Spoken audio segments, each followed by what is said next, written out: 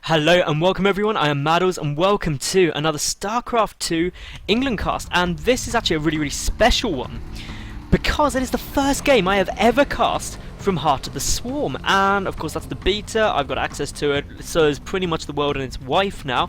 And yeah, for those of you who are observant, you would have noticed that the work account is up on the base. There's also the timer in the slightly different place and differences down here, but that's pretty much it. So yeah, it is my first game casting Heart of the Swarm, and I'm super looking forward to it because we have got in the lower left position TSL's HyuN, the red Zerg player, who's playing up against Pughy. Now, some of you may be like, who's Pughy? He is actually someone I have co-casted with so many times. He is a British player who is actually really good and has been putting stupid amounts of time into Heart of the Swarm. I believe he's Grandmaster now in there, so that's all cool. And of course he's playing up against HyuN, so he is definitely doing well. Now, we'll wait and see how it all goes. I've got another game from Pughy as well to cast. I'm just really testing out the Heart of the Swarm interface and all that sort of thing, and just having a bit of a laugh. So I hope you do enjoy. I hope you all had a great new year and all of that sort of shizzle, great Christmas period and everything. So yeah, we'll wait and see how this goes. Now, the first cool thing is you can click up here. I don't know if you guys know this,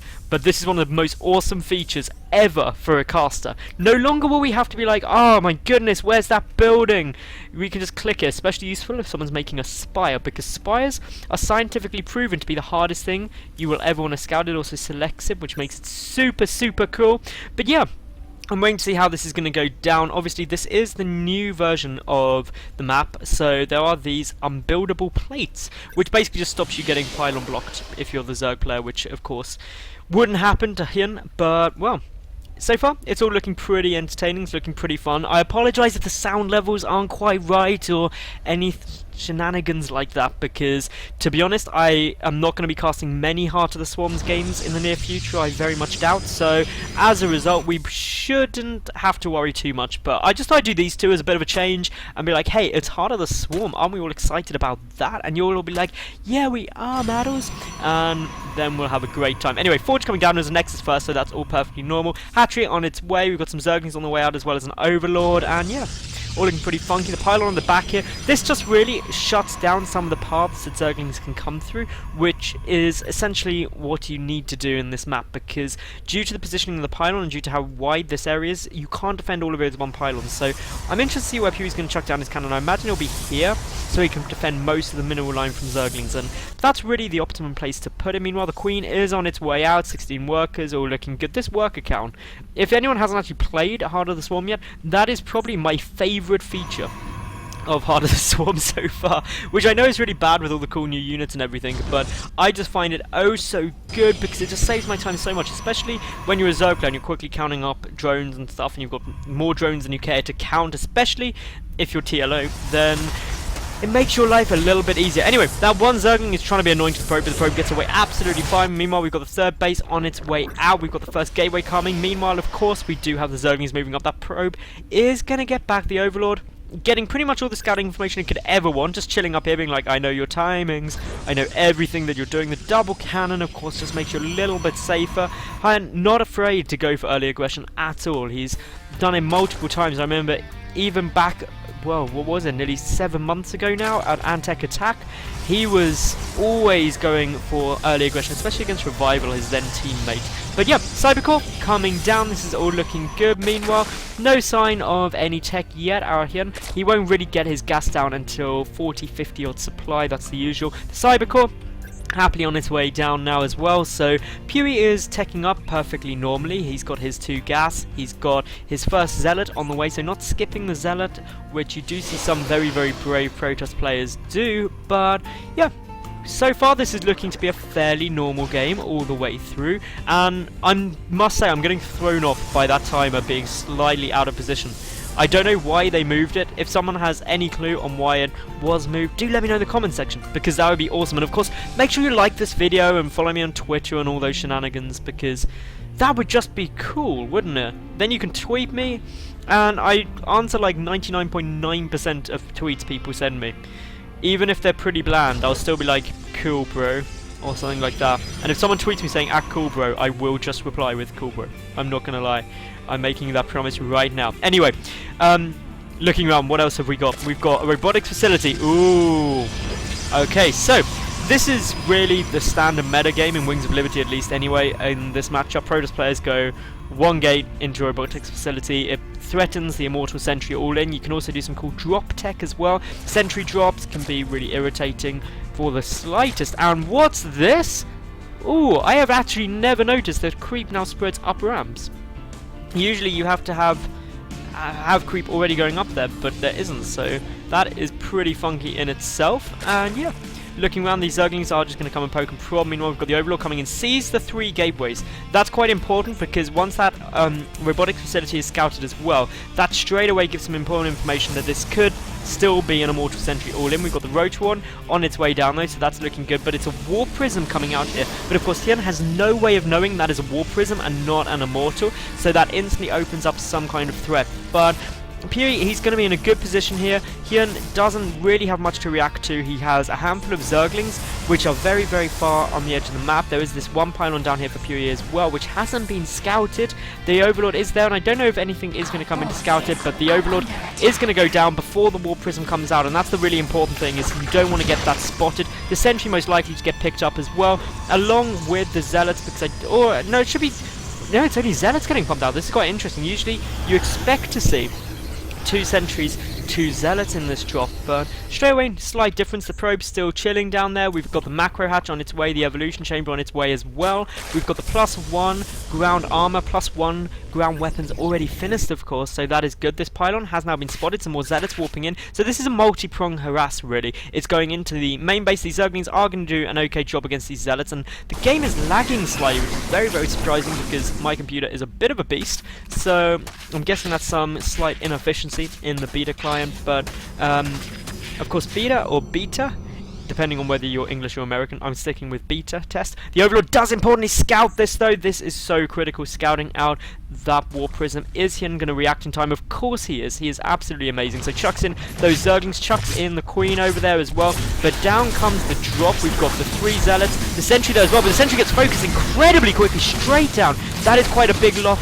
on its own. Meanwhile though, we've got some Zealots chilling down here, doing some good damage, engaging as best they can. Of course, Zealots with the +1 do 2-shot Zerglings as opposed to taking 3 shots. All of the roaches are in the main base. All of that has now got cleaned up. All of the main threat has got cleaned up. The War Prism still chilling there for the time being. Meanwhile, the Observer on its way out. The first Immortal is there. We have the Infestation Pit for HyuN. So taking up to Infestors. Of course, Infestors, one of the units massively changed in Heart of the Swarm already, and Dustin Brada already talking about changing them even more. So it'll be interesting to see how that all goes. More Zealots are warping in. Of course, the 4th base you can see in the top left of the map here as well. And now Swarm Hosts are going to be in place. So this is the first new unit of Heart of the Swarm we're going to see this game. And Swarm Hosts, very, very strong if you get them in a good position. Protoss players can struggle to deal with them. So it'll be interesting to see how Pughy does react, whether he scouted out. Of course, he does know that the Infestation Pit is coming down. He scouted that much. But whether he reacts in time, we'll wait and see. Hive as well is also coming down. And now this is interesting. I found a bug. You can't click that to see Hive morphing. Oh, that is quite interesting. Are you all noticing that? Seriously, you can't have little faults like that, because that will ruin some casters' day in the future if it doesn't get fixed, but of course it will. Now, little poking, little bit of aggression, 3 gateways coming up here. Interesting, no wall off here or pylon by the ramp. The Immortal does get to surround, but Great Force was just in time coming down now. The first Swarm Hosts are about to be coming, but as we can see here, these rocks are going to get taken down slowly but surely. There's no vision for Pughy here, so he doesn't actually know. Oh no, he does know that they're going down. How is... That is the most ninja little scout there. 3 photon cannons up in the top though will make sure that they are completely safe. The War Prism still being irritating. Got some Zealots running and dashing around. They are 1-1. The upgrade for HyuN at the moment is of course +1 melee range attack, but no armor. The reason he's got for the range attack is because of course he is getting those Swarm Host salaries. Invested a lot of money into Swarm Hosts, and that is the main opinion of a lot of the pro players on this unit, is that for them to be effective, you have to invest in them quite heavily, otherwise they don't really have the return you'll want and they're too easily sniped off. But here comes the first wave of Locusts, and with very little AoE damage, really just the 1 Colossi, this could become exceptionally difficult to deal with. They're going to start doing some damage, but unfortunately not attacking that well. They're trying to pick off the cannon pretty quickly, but a Swarm Host trying to sneak in there. That Swarm Host clearly did not get the memo that he is not able to burrow next to a cannon, it would of course have detection, but in come more Locust. Vipers also in production, so straight away we're seeing the second new unit in Heart of the Swarm coming out for HyuN right now, and he's really utilising these new units effectively. It's one thing the Vipers are very, very strong at is their abduct ability, which allows you to grab those Colossi straight out of there and pull them into your main force, which can make them incredibly weak to big roach swells. And also if you get a handful of Hydralisks chucked in as well, because you no longer have the threat of the Colossi, you're able to quickly snipe them down and then deal with a gateway unit with Roach Hydra, which of course very, very potent indeed. Meanwhile, these Swarm Hosts in a great position. The first Vipers are there. Still an endless stream of Swarm Hosts. Pughy losing some units to them already, trying to force field them out, but of course they're ranged, and losing a couple of units to Swarm Hosts mean that you're going to be very cost ineffective. So that is the big problem. Meanwhile, the Observer is in the mix, so can start dealing with it, I believe. Is there detection? Can Pughy see this? No, he can't, so he hasn't actually got detection yet, but here are the Vipers. Are they going to be able to get a good abduct? They do! That one Colossi is going to get sniped down so well, and this is what's really great about the Vipers. It's got such a high micro threshold that it really allows Zerg players to move out the kind of 1A playstyle, which a lot of players accuse them of, and actually allows them to utilize some good micro with that abduct, with also blinding cloud as well against Terrans. So really, really interesting. Meanwhile, these Locusts do still have the +1 missile attack. We do have +2 missile attack on its way down. The Stargate is really nearly finished for Pughy, so going to some kind of air tech, but still the threat is going to be that abduct, because a good abduct here could really ruin the day. We're looking at an awful lot of Swarm Hosts. 16 are on the field, so straight away those Swarm Hosts are going to allow awful lots of damage to be done. We're using a great use of Spore Crawlers here. Now you may be thinking, what's going on? Well, Vipers can get energy by just basically damaging friendly buildings, so they're straight away gaining up a lot of energy. These Locusts are still doing huge amounts of damage. A great abduct goes down though, and straight away that Colossi tries the micro back, but a second abduct hits, and of course HyuN is just showing how good he is, masterful with all of these units already, and well, actually maybe masterful is a bit too far, but effective with all of the new units already, really showing what good strategies can go on. And basically this is a tough contain for Pughy to beat, because he's got up his 4th base. Of course there are rich mining fields here because it is a blizzard map after all.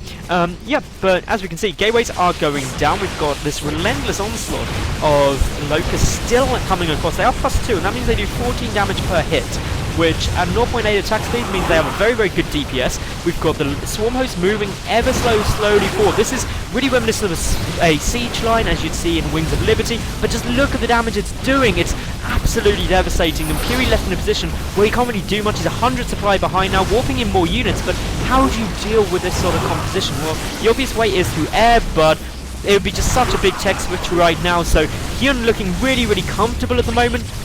As we can see, yet these Colossi are still getting abducted back, and there is the GG, and HyuN does manage to go for an awesome win, really demonstrating Heart of the Swarm Zerg so well. So I hope you did enjoy, guys. Remember, like the video, leave a cool comment, and subscribe, and I'll catch you tomorrow for yet another new cast. Thanks for watching, and bye for now.